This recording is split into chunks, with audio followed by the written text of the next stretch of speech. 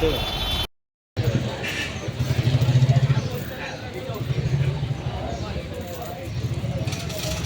তুমি আমাকে ওটা পাঠিয়ে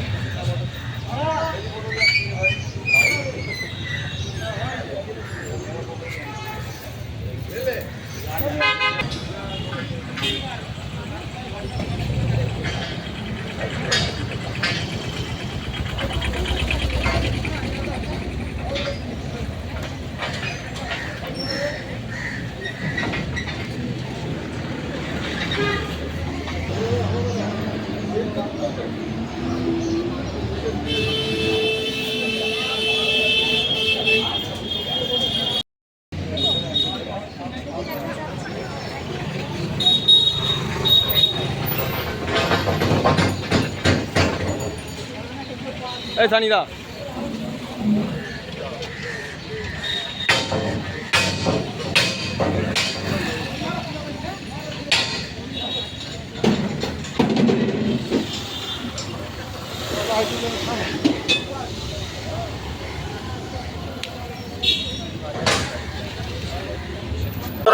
কতটা মানে অসুবিধা হতো এটা ফুটপাত দিয়ে যেতে পারতেন? প্রচুর অসুবিধা হতো আর বলে লাভ নেই, প্রচুর প্রচুর প্রচুর অসুবিধা হতো। এরা এরা তো জন্মেছে লোকের অসুবিধা করার জন্য। এরা তো এসেই মানে তৃণমূল যে পার্টিটা জন্ম নিয়ে এসেছিল, এরা এবার ফুটপাত ইউজ করতে পারবেন কতটা? খালি ফুটপাত না, আমরা যে নাগরিক হিসেবে বাঁচতে পারবো এটাই সব থেকে বড় আনন্দ। কি বলবেন? একদম ঠিকই বলেছে দাদা। এরা ডাক্তারের গাড়িও অন্তপক্ষে যেতে পারতো না, যখন বেরোতো একটা ডাক্তারের গাড়ি একটা কুকুরের ভৌ ভৌ করার পারমিশন ছিল, আমাদের মুখ খোলার পারমিশন ছিল। এরকম অবস্থা ছিল। হ্যাঁ, মুখ খুলে 150 পুলিশ আপনার বাড়িতে চলে যাবে, রাত্রে তুলে আনবে। আপনারা তো মানে খুব অশান্তির মধ্যে ছিলেন। তবে এখন হচ্ছে শান্তির শ্বাস নিচ্ছে একটা, আর কিছুই বলবো না। ঠিক আছে, যা বলার হয়েই গেছে। বাড়ির সামনে থেকে সকল সিকিউরিটি তুলে নেওয়া হলো। এখানে তো ফুটপাত একদম দখল হয়েছিল, কেউ যাতায়াত করতে পারতো না। কি বলবো? সিএম ওনার মাসি পিসি হবে, তো ওনার দাপট থাকবে না, কার থাকবে? আজকে পুলিশ সরিয়ে দিতে বাধ্য হয়েছে, কারণ যেই লোকটা 4 দিন আগে থ্রেট কালচারিং করছিল, দিল্লির নাকি বলছিল মোদি আর অমিত শাহ বাঁচাবে কিনা, সে আজকে নেই। তো সে যদি না থাকে তাহলে উনি উনি উনি কোথা থেকে থাকবে? উনি তো নিজে পালিয়ে গেছেন। আর এখানে বলে না, এবং ওনার পিসির বাড়ি থেকে পিসির বাড়ি থেকে যে রাস্তাটা দখল করে রাখা হয়েছিল, সেই রাস্তাটা এখনো লোকের অসুবিধা হয়। বিগত দিন ধরে 1-2 বছর ধরে আমি দেখছি রাস্তাটা আটকানো, লোকের যাতায়াত করে। এই রাস্তাটা তবুও বড় ভাবা যায়, ওই গলির রাস্তায় মানুষের বুড়ো বুড়ি কষ্ট করে যারা হসপিটালে যায় তারা ঠিক মতো যেতে পারতো না। আমি আমার বাড়ির সামনে, আমি দুনিয়া রাজ্য ঘুরে চলে যাবো। আমি সকাল থেকে কলেজে, কাগজ দেখতে পাচ্ছি, কি এটা সার্থক ব্যানার্জি পোর্টফোলিও করে এটা ছেড়ে দিয়ে গেছে, দেখুন ভালো করে। এটা আমি কলেজ থেকে আজকে বার করলাম, এবং কলেজে যত কটা ছবি ছিল, পোস্ট ছিল, সব আজকে আমি বার করলাম। কলেজে মমতা বন্দ্যোপাধ্যায়, অভিষেক বন্দ্যোপাধ্যায় ছবি দিয়ে ঢেকে তো কলেজের নামটাই একটা মানে পেছনে চলে গেছে। আশুতোষ কলেজকে আমরা পড়াশুনো হয় না, এতদিন ধরে ওরা নিজেরা লবিবাজি করে গেছে। আজকে যখন আমরা আসি, তখন ফার্স্ট ইয়ারের কয়েকটা ছেলে মেয়েরা যারা মানে মন থেকে হয়তো বিজেপিকে সাপোর্ট করে, তাদের ওপেনিং থ্রেড দেওয়া তো তোদের এখানে টিএমসি করতে হবে। এগুলো কেন? এটা পড়াশোনার জায়গা। তখনও বলা হয়েছে এখানটা পড়াশোনাটাই আগে, পড়াশোনা করবে, যার মনে হবে যে পার্টি করবে তারা ব্যক্তিগতভাবে পার্টি করবে। কলেজ ওই 2টো করে 3টে করে যে পুজো, ওগুলো বন্ধ। স্টুডেন্ট ইউনিয়নরা যারা করবে, যারা যেটা বলবে সেইভাবে, আর একটাই পুজো হবে। যেটা লালবাগের তরফ থেকে দেওয়া হয়েছিল সেই অনুযায়ী তুলে নেওয়া হলো। কি বলবেন যে পুলিশের তৎপরতা? দেখুন, পুলিশের তৎপরতা আমি বলি, প্রথম কথা হচ্ছে পার্টির অনুযায়ী পুলিশ তৎপরতা যেভাবে ওরা তৈরি করেছে, ওরা নিজেদের ওদের নির্দেশে যারা চলতো সেইভাবেই চলতো। আজকে জনসাধারণ, আপনি দেখুন একটা রাস্তায়, এই যে আপনি যেখানটায় দাঁড়িয়ে আছেন, এখানটা আপনি জানেন এটা মোটামুটি জনবহুল এলাকা। আপনাদের টালিগঞ্জ থেকে সকাল 9টা থেকে 1টা পর্যন্ত এই রুটে, 1টার থেকে এই রুটে, এইখানে এদের মিটিং এর জন্য এখানে ঘন্টার পর ঘন্টা স্ট্যান্ড আপ করা হতো, জ্যামে পড়তে হতো, সবাই জানে।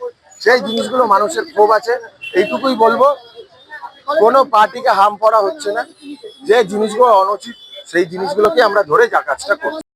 রাজ্যে পালাবদলের সঙ্গে সঙ্গে উঠে গেল ডায়মন্ড হাওড়া সংসদ, তথা যাকে বাংলার যুবরাজ বলা হতো তার নিরাপত্তা বলা হয়। শান্তিনিকেতন আজকে যেন একদম শান্তিতে শুধু একা দাঁড়িয়ে আছে।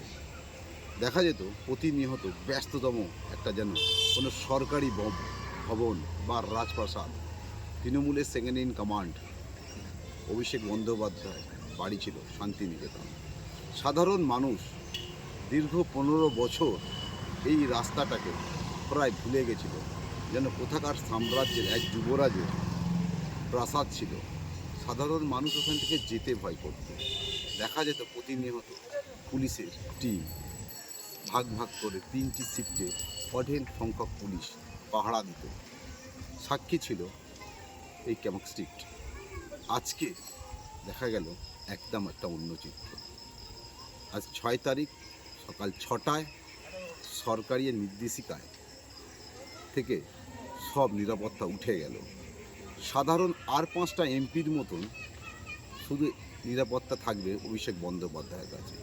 যেহেতু তিনি ডায়মন্ড হাওড়ার এমপি ছিল, পাশাপাশি মমতা বন্দ্যোপাধ্যায় ভাইপো তথা বাংলার যুবরাজ ছিলেন, সেই জন্যই হয়তো প্রাক্তন মুখ্যমন্ত্রী মমতা বন্দ্যোপাধ্যায় বাড়তি সুবিধা ওনাকে দিতে। কিন্তু পালা বদলের পর সেই সুবিধা কোথায় চলে গেল?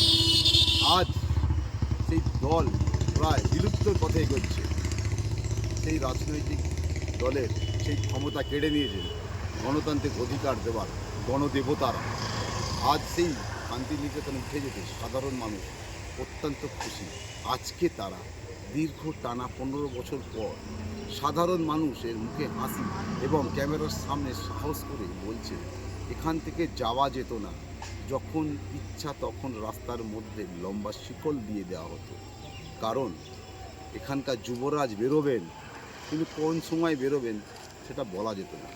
লাইন পড়ে যেত লম্বা, 1 ঘন্টা, 10 মিনিট, 8 ঘন্টা। সেই লাইন শিকল সব আজ ভেঙে উঠে গেল। মানুষ যেন কোথাও একটা শান্তির বার্তা বা স্বাধীনতার বার্তা পেল, এমনটাই জানাচ্ছেন ওখানে স্থানীয় মানুষ। কিছুটা দূরে আশুতোষ কলেজ, সেই কলেজেও আজকে খুশি। তার ছেলেমেয়েরাও ওই রাস্তা দিয়ে যাওয়া প্রায় ছেড়েই দিয়েছিল বললেই চলে, কারণ যাওয়া যেত না। কারণ ওখানে বাংলার যুবরাজ যে থাকত, দম্ভ অহংকার সব পতন। বলছেন সাধারণ মানুষ কি হলো তাহলে শেষ পর্যন্ত? আজকে শুধু রইল বাড়িটা, নিরাপত্তা কিছুই দেখা গেল না। এমনকি কলকাতা পুলিশ আধিকারিক যারা নিরাপত্তার সাজ সরঞ্জাম নিয়ে দাঁড়িয়ে থাকতেন, তারা প্রত্যেকটি বলায় আজকে নিয়ে চলে গেল। নিরাপত্তা চেক করার যাবতীয় যন্ত্রপাতিও তারা সকাল সকাল নিয়ে এখান থেকে চলে গেল। সূত্রের মারফতে যেটা আমরা জানতে পারলাম, উচ্চতর নেতৃত্বের আদেশেই এটি হয়েছে, অর্থাৎ প্রশাসনিক উচ্চতর নেতৃত্ব। তারই পাশাপাশি মানুষ আজকে খুশি এবং বলছে এটা দীর্ঘদিনের সমস্যার একটা যেন সমাধান হলো কোথাও। মানুষ নাবিশ্বাস হয়ে উঠেছিল, তাই আজকে তারাও খুশি। প্রশাসনের এই রূপ দেখে সাধারণ মানুষ তথা বাংলা যেন আজকে একটা খুশির রূপ পেল। আর স্থানীয় বাসিন্দারা শুধু তাই নয়, ব্যবসায়ী যারা করে তারা আজকে সাহস করে এসে বললেন অবশেষে আমরা আজকে মুক্ত পেলাম। এই কটি রাস্তা যেন যাওয়া যেত না কোনোদিন, যেন একটা বর্ডার লাইন ছিল, যে লাইন অতিক্রম করা যেত না। সীমা বলে যেমন সীমান্তরক্ষীতে পাহারারও থাকতো, ঠিক তেমনি এই পাহারা ছিল। আজকে যারা সেন্ট্রাল ফোর্সও ছিল সেটাও এখান থেকে চলে গেল। তাহলে অভিষেক বন্দ্যোপাধ্যায় শুধু বাড়িটা আজ পড়ে রইল শান্তিনিকেতন, শান্তির জায়গা। নিবিড়ের সাক্ষী রইল, দেখলো এই বাড়ি একসময় কত জমজমাট, পুলিশ পাহারা মোতায়েন, আজকে শুধু নিবিড়ে তাকিয়ে আছে। সকলে মনে করছে সামাজিক সকল মানুষ আজকে এই দিনটা দেখে কারোর চোখে মুখে কোনো স্মিত নেই, তারা শুধু বললেন এটাই ক্ষমতাচ্যুত হলে মানুষের আসল চেহারা উঠে আসে।